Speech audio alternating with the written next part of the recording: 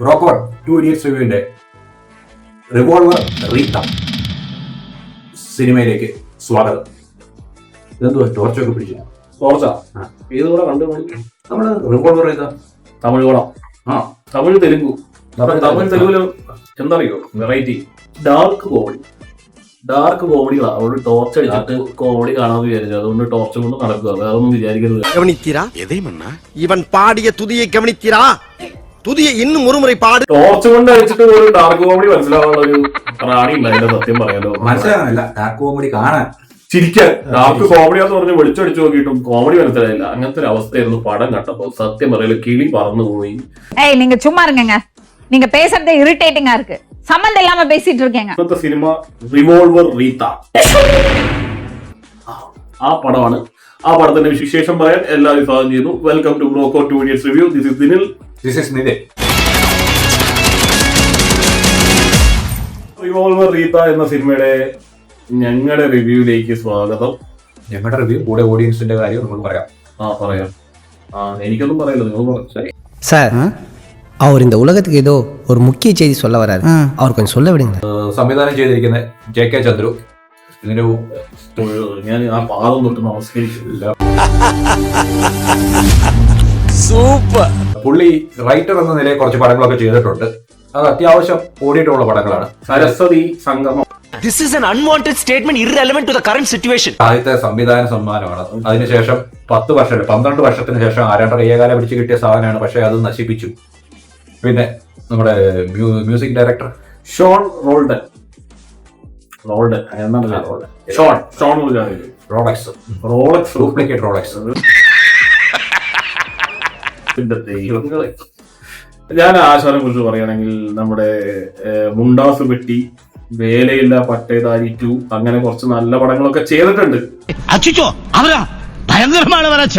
അപ്പൊ ആ ഒരു വിശ്വാസത്തിൽ കയറിയിട്ട്, പക്ഷെ പടത്തിൽ കാമ്പില്ലെങ്കിൽ മ്യൂസിക് കൊണ്ടൊന്നും കാര്യമില്ല. അത് പിന്നെ പറയാനുള്ളത് JK ചന്ദ്രണ്ണ നമിച്ചിട്ടാ, ഒന്നും പറയാനില്ല. ഞാൻ എന്റെ വ്യൂവിംഗ് ലിസ്റ്റിൽ നിന്ന് ആ പേര് ഞാൻ വെട്ടി.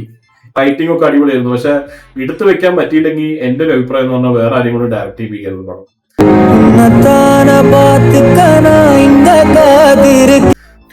പിന്നെ ഉള്ളത് നമ്മുടെ അഭിനയത്തിന്റെ കാര്യത്തിൽ ആകെ ആശ്വാസം രാധിക ശരത്കുമാറാണ്. ചേച്ചി കുറച്ച് ശ്രമിച്ചിട്ടുണ്ട്. ഒരു പരിധിവരെ സിനിമയ്ക്കകത്ത് ആശ്വസിച്ച് കാണാൻ പറ്റിയ അവരുടെ റോളാണ്. കീർത്തി സുരേഷ് അത്യാവശ്യം.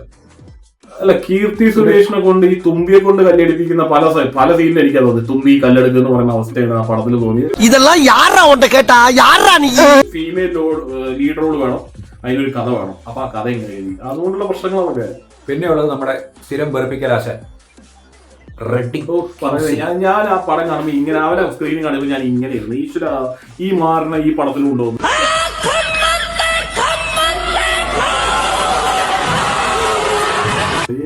മതിയായി, ഒക്കെ ഫീൽഡ് ഔട്ട് ആയി കഴിഞ്ഞു. ഫീൽഡ് ഔട്ട് ആയി. ഇതൊക്കെ ഇത് വെച്ചോണ്ടിരിക്കരുത്. ഇതിനൊന്നും ഞാനൊന്നും പറയുന്നില്ല. എനിക്ക് വാക്കുകൾ കിട്ടുന്നില്ല. അതിമനോഹരമായ അവരതിച്ച പടം അങ്ങനെ വല്ലതൊക്കെ പറയണം. കഥ പറഞ്ഞാലും സിനിമ അധികം പറയേണ്ട കാര്യമൊന്നുമില്ല. എന്ത് പറയാം, പുറമാവ് പോകില്ല ഡോക്ടർ അല്ലേ? ഇത് രണ്ടും കണ്ടാൽ മതി, പടം കഴിക്കും. വേറെ കാര്യം, ഒരു പടം ഡാർക്ക് കോമഡിയിൽ എടുത്തു, ഓക്കെ. രണ്ടാമത്തെ പടം ഡാർക്ക് കോമഡിയിൽ എടുത്തു, ഓക്കെ. നമ്മുടെ രജനീകാന്ത് പറയുന്ന മാതിരി എല്ലാം ഡാർക്ക് കോമഡിയിൽ എടുത്ത് അപരാധിക്കാൻ വേണ്ടി മാത്രം എന്താ ഇത്ര കോമഡിയിൽ ഡാർക്ക് ഉള്ളത് എനിക്ക് ഞാൻ എന്നാന്ന് പറയാം. ടോർച്ച് എടുത്ത് അടിച്ചു നോക്കേണ്ട അവസ്ഥയാണ് കോമഡി മനസ്സിലാവാൻ വേണ്ടിയിട്ട്. പടം എൻഗേജിങ് അല്ലെങ്കിൽ പിന്നെ ക്യാമറയും ഫ്രെയിമും കൊണ്ടൊന്നും കാര്യമില്ല. അതിലൊന്നും ഒരു കാര്യമില്ല സത്യം പറഞ്ഞാൽ. പിന്നെ ഇതിൽ ഏറ്റവും ബ്രില്യൻസ് ആരുടെ അറിയും? അനിരുദ്ധിന്റെ ബ്രില്യൻസ് ആണ്. കാരണം ഡയറക്ടറിന്റെ ഫസ്റ്റ് ഓപ്ഷൻ അനിരുദ്ധ് ആയിരുന്നു.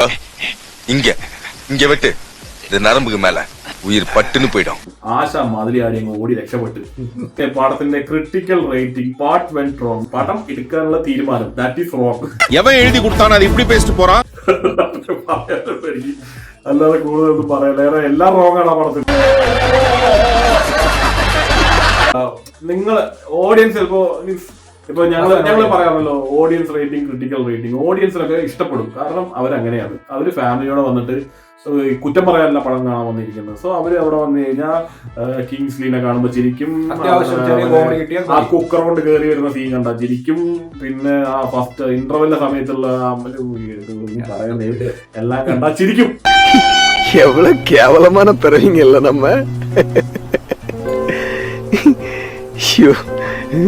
അപ്പൊ അവര് ചിരിക്കും, അവര് പുറത്തു വന്ന് റിവ്യൂ പറയും പാട്ട് അടിപൊളിയാണ്, നൈസാണ്. ഈ പടത്തിനൊന്നും കോമ്പറ്റീഷൻ ഇല്ല, അതുകൊണ്ട് ഈ പടത്തിന് ഡിഗ്രേഡ് ചെയ്ത കാര്യം ഡിഗ്രേഡ് ചെയ്യേണ്ട കാര്യമില്ല. അപ്പൊ റിവ്യൂ ഒക്കെ സത്യമായിട്ട്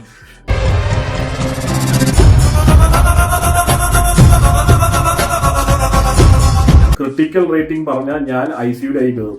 അമ്മാരി റേറ്റിംഗ് ആയിരിക്കും ഞാൻ ഈ പടത്തിന് ശരിക്കും 0 കൊടുക്കുന്നുണ്ട്. പക്ഷെ ഇത്രയും കഷ്ടപ്പെട്ട് 2 മണിക്കൂർ 20 മിനിറ്റുള്ള പടമാണ്. അത് എടുത്ത് ഞങ്ങളെ കാണിക്കാനുള്ള ധൈര്യം കാണിച്ച ഡയറക്ടർക്കും അതിന് അഭിനയിക്കാൻ ധൈര്യം കാണിച്ച കീർത്തി സുരേഷിനും ബാക്കി ആക്ടേഴ്സ് പൈസ മാത്രമല്ല കുറച്ച് സൊസൈറ്റിയിൽ കുറച്ച് റെസ്പെക്ട് കൂടി ചെയ്യണം എന്നൊക്കെ വിചാരിച്ചോണം പടത്തിൽ അഭിനയിക്കാൻ. അങ്ങനെ വിചാരിച്ചവർക്കും എസ്പെഷ്യലി ആ പ്രൊഡ്യൂസർക്കും. இப்ப எதுக்குடா தேவையெல்லாம் பேசுற? அது என் கடமை. இருந்தாலும் நீ சொல்றது காது குளிர்ச்சியா இருக்கு. கண்டினியூ பண்ணு. இருக்கியே ஒரு வடிகட்டின முட்டாள். പൈസ കൂടിയിട്ടാണേ ചാരിറ്റി ഒന്നും ചെയ്യാൻ കണ്ടില്ല പുള്ളി. അതുകൊണ്ടാ പൈസ കൂടി എന്തൊക്കെ ചെയ്യാറിയോ? ഒന്നെങ്കിൽ ബാങ്കിൽ കൊണ്ട് ഫിക്സഡ് ഡെപ്പോസിറ്റ് ഇടാം, 7% റേറ്റ് കൊടുക്കുന്നത്. എന്തൊക്കെ പരിപാടി ഉണ്ടോ റിട്ടേൺ കിട്ടാൻ? ഇമ്മാതിരി പരിപാടിയൊക്കെ കാണും. ഈ OTT പോയില്ലെങ്കിൽ നിങ്ങൾ ആ പെട്ടി എടുത്തിട്ട് ആ മൂലയ്ക്ക് കൊണ്ട് വെക്കേണ്ടി വരും. എന്റെ റേറ്റിംഗ് എന്ന് പറഞ്ഞാൽ 1.25 അത് മതി. ആ 2.5 ഒന്നും ഞാൻ രാധിക ശരത്കുമാറിന് വേണ്ടി ഞാൻ സമർപ്പിക്കുന്നു. ഞങ്ങൾ രണ്ടുപേരും ആദ്യമായിട്ട് ഒന്നിച്ചു റേറ്റിംഗ് പറയുമ്പോൾ 1.2. ഓഡിയൻസ് റേറ്റിംഗ് ചിലപ്പോ 3.5, 1 ടൈം വാച്ചബിൾ എന്നൊക്കെ പറയും. இது வந்து கண்ணீர் நினைச்சுக்காதீங்க, இது ஆமத்த கண்ணீர். சாரு தாங்க சிரிக்க போறேன், மனசு கஷ்டமா தானே படம் பார்த்தோன்னா. മറ്റേ JK ചന്ദ്രു സാർ ആൻഡ് മറ്റേ റിവോൾവർ ഗീത തിയേറ്ററിൽ കളിക്കുന്നുണ്ട്. അങ്ങോട്ട് കളിക്കണം, നമുക്ക് കയറണ്ടാതെ ഞാൻ പറയുന്നത്. ഇത്ര എനിക്ക് പറയുള്ളൂ. അപ്പൊ എല്ലാവർക്കും ഒരുപാട് നന്ദിയുണ്ട്. പിന്നെ ഒരു റിക്വസ്റ്റ് ഉണ്ട്, ഞങ്ങളുടെ വീഡിയോ കാണുന്ന മാക്സിമം ആൾക്കാർ നോൺ സബ്സ്ക്രൈബേഴ്സ് ആണ്. ഒന്ന് ആ സബ്സ്ക്രൈബ് ബട്ടൺ അടിച്ച് ഞങ്ങളെ സഹായിക്കുക. നിങ്ങളുടെ ഓരോ അടിയും അടിയല്ല ഓരോ സബ്സ്ക്രിപ്ഷനും ഞങ്ങൾക്കൊരു മോട്ടിവേഷൻ ആണ്. ലൈക്ക് ചെയ്യുക, ഷെയർ ചെയ്യുക, സബ്സ്ക്രൈബ് ചെയ്യുക. Once again we thank you all for supporting us. So stay tuned, subscribe ചെയ്യുക, മിസ് ചെയ്യരുത്. അപ്പൊ എല്ലാവർക്കും ഒരു ശുഭരാത്രി നേരുന്നു. ബൈ.